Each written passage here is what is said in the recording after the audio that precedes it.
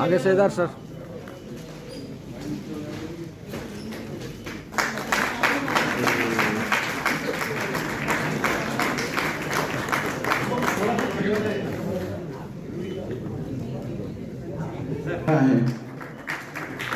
माननीय आरएसएस के वरिष्ठ प्रचारक विवेक जी,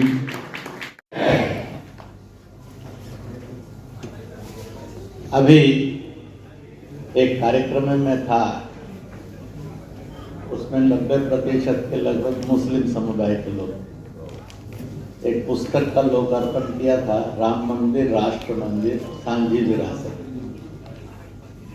उसमें मैंने इस घटना का वर्णन किया था जिस पर अभी अपने गीत के अंदर, संगीत के अंदर उसकी प्रस्तुति को देखा।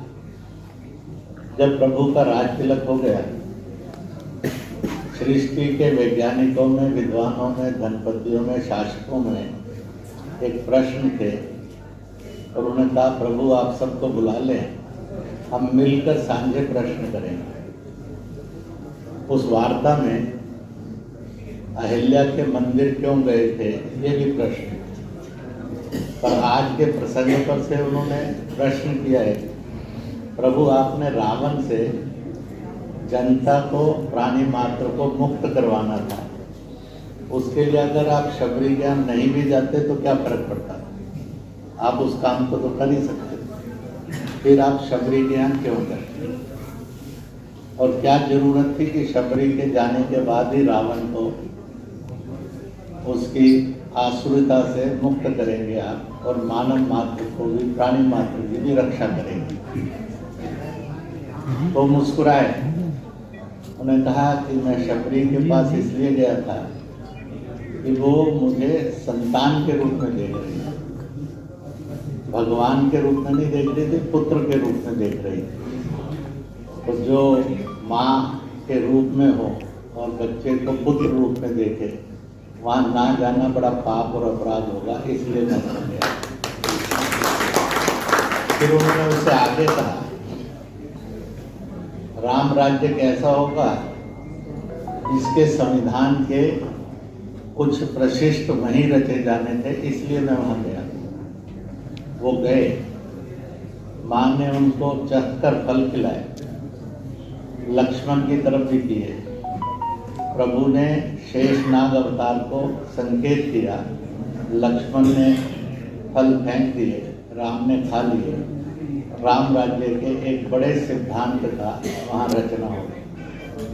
कोई दल नहीं बैठा, कोई विवाद नहीं हुआ, तुरंत राम भगवान हो गए। लक्ष्मण आज तक भगवान की श्रेणी में नहीं आए, महापुरुषों और देवताओं की श्रेणी में रुके। राम पर मंत्र बन गया, श्री राम जय राम जय जय राम। लक्ष्मण पर आज तक मंत्र नहीं बना, श्री लक्ष्मण जय जय लक्ष्मण। तो उन्होंने कहा कि सिद्ध हो गया, जो छुआछूत को धर्म मानते हैं, पुण्य मानते हैं, सही मानते हैं, वो सब पाप और अपराध करते हैं। इसलिए शेषनाग अवतार ने छुआछूत रूप व्यवहार किया, इसलिए किया कि राम चाहते थे, इसलिए नहीं किया कि वो वैसे। इसलिए राम राज्य का अर्थ होगा जहाँ छुआछूत से पूर्ण मुक्ति होगी, शरीर, तन, मन, बुद्धि और आत्मा जब छुआछूत मुक्त होगी, वही राम राज्य कहलाएगा। इसलिए ये एपिसोड उस सिद्धांत का रचनाकार है जिसमें से राम राज्य का जन्म हुआ है। ऐसे कई प्रसंगों में छोटा सा और सुना देता हूँ। वहीं विद्वानों ने सृष्टि से पूछा, आप अहिल्या के आश्रम क्यों गए? तो उन्होंने मुस्कुराकर कहा, इसलिए गया था भारत के अंदर सृष्टि को एक सिद्धांत देना कि नारी के प्रति सोचने का आचरण कौन सा होना चाहिए। तो भारत ने दुनिया को कहा था, ये ना आंटी है, ना ये मैडम है, ना ये औरत है, ना ये नारी है। भारत ने नारी को 3 ही रिश्ते दिए थे दुनिया के अंदर। एक वो बेटी है, दूसरा वो बहन है, तीसरा वो माँ है, किसी एक के लिए वो पत्नी, इसके अतिरिक्त कोई रिश्ता नहीं। ये श्रेष्ठतम रिश्ता है, इसको ईश्वरीय और रक्त का रिश्ता माना जाता है। तो इसलिए मैं वहाँ गया था, एक भयानक प्रश्न खड़ा हो गया। गौतम ऋषि जो वैज्ञानिक भी थे और विद्वान भी थे, उनको अपने विज्ञान का और ज्ञान का इतना अहंकार हो गया था, उन्होंने ये वेरिफिकेशन ही नहीं की कि सत्य क्या है। वो एक तो कहते रहे कि सत्य को जानो, सत्य को मानो, उसको पहचानो, पर स्वयं सत्य को जानने से इनकार कर दिया और उस अबला पर जो निर्दोष थी उसको श्रापित कर दिया। तो मुझे कहना था, इतना भी बड़ा वैज्ञानिक होगा, इतना भी बड़ा विद्वान होगा, अगर आचरण उसका सही नहीं है तो उसका भी अपराध क्षमा नहीं हो सकता, उसको भी दंड मिलना चाहिए। दूसरा इंद्र था, जो सत्ता पर बैठा था, उससे ज्यादा सत्ता में शक्तिशाली कोई नहीं, ऐश्वर्य के अंदर अद्वितीय था।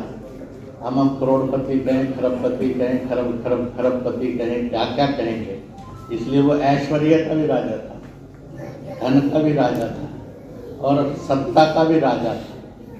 परंतु उसने नारी के साथ दुर्व्यवहार किया, तो उसका अहंकार टूटना चाहिए, उसको समझ में आना चाहिए कि सत्ता हो सकती है तेरे पास, तू बहुत ताकतवर हो, पर नारी का सम्मान करना तेरा कार्य है, ना कि नारी की इज्जत लूटना तेरा कार्य है। इसलिए मुझे सृष्टि के उन लोगों को भी सबक देना था जो ज्ञान में और विज्ञान में अद्वितीय थे, जो और सत्ता में सबसे अद्वितीय थे, जो ऐश्वर्य के पति थे, जिनके पास सृष्टि का जो चाहिए वो सब था, पर वो ये ना समझ लें कि वो चरित्र से परे, और इसलिए चरित्र की श्रेष्ठता ये हर एक में रहेगी। इसलिए गौतम हो चाहे इंद्र हो, उनको भी शिक्षा मिले कि नारी का सम्मान ही चरित्र है, नारी का अपमान दुष्चरित्र है, इसलिए तुम भी पाप के भागीदारी हो।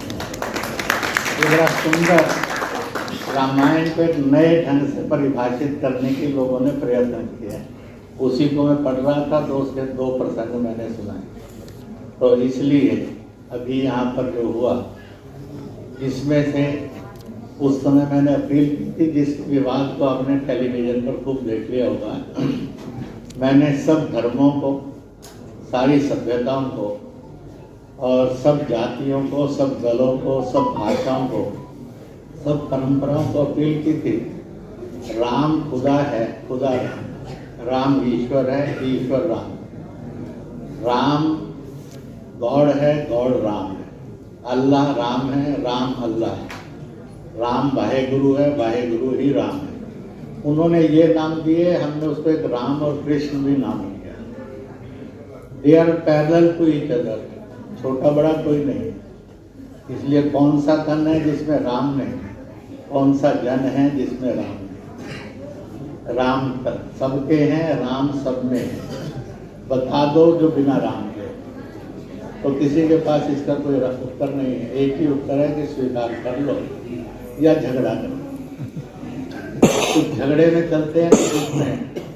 तो इसलिए मैंने कहा कि 11 साढ़े 11 बजे क्या सारा विश्व एक साथ एक स्वर के अंदर 11 मन के, यानी 11 बार श्री राम जय राम उच्चारण कर सकता है। और सारी ऑडियंस ने तालियां बजाई। 90% मुसलमान थे इस आकाशवाणी के सभागार के अंदर। बाहर भी ठूंस कर भरा था, अंदर भी ठूंस कर भरा था। और इसलिए मैंने कहा, क्या राम जपने से किसी की आइडेंटिटी को खतरा हो सकता है? क्या राम का दृश्य देखने से हो सकता है? भारत में और विश्व में तो जितने भी मूर्तियों के कला के क्षेत्र के लोग हैं और नृत्य के कला के लोग हैं, संगीत के कला के लोग हैं, उनमें तो सैकड़ों नहीं, हजारों नहीं, लाखों लाख मुसलमान हैं। आज तो उनकी आइडेंटिटी को कुछ नहीं हुआ। इसलिए जो आइडेंटिटी डेंजर कहते हैं, उन्होंने असत्य नहीं बोलना चाहिए, उन्होंने गलत और अपराधपूर्ण नहीं बोलना चाहिए। इसलिए एक बार दुनिया अपने अपने धर्म पर चले, दूसरे के धर्म की निंदा नहीं करे, बल्कि सब धर्मों का सम्मान करें, हो सकता है तो भागीदार बने।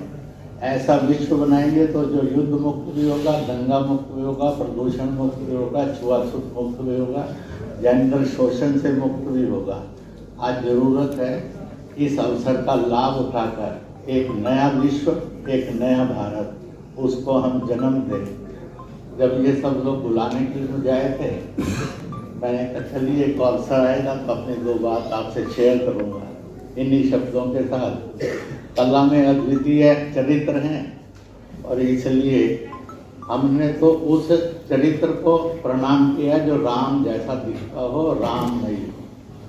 और उन सबको प्रणाम करते हुए मैं आयोजकों को बहुत बहुत बहुत बहुत बधाई दूंगा और बहन को, बिटिया को कहूँगा तुम्हारी कला अद्वितीय है, ये और परखती रहे और सुंदर हो।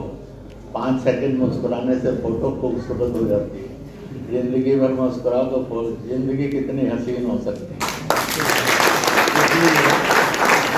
बेहतर जिंदगी नहीं जियो, बेहतरीन जियो। बेहतर होता है गुड से बेटर तक, बेहतरीन होता है गुड से बेटर, बेटर से बेस्ट, बेस्ट से दी बेस्ट की ओर जाना। तो सब बेहतरीन जिंदगी जिए। इन्हीं शब्दों के साथ बहुत बहुत धन्यवाद, बहुत बहुत बधाई।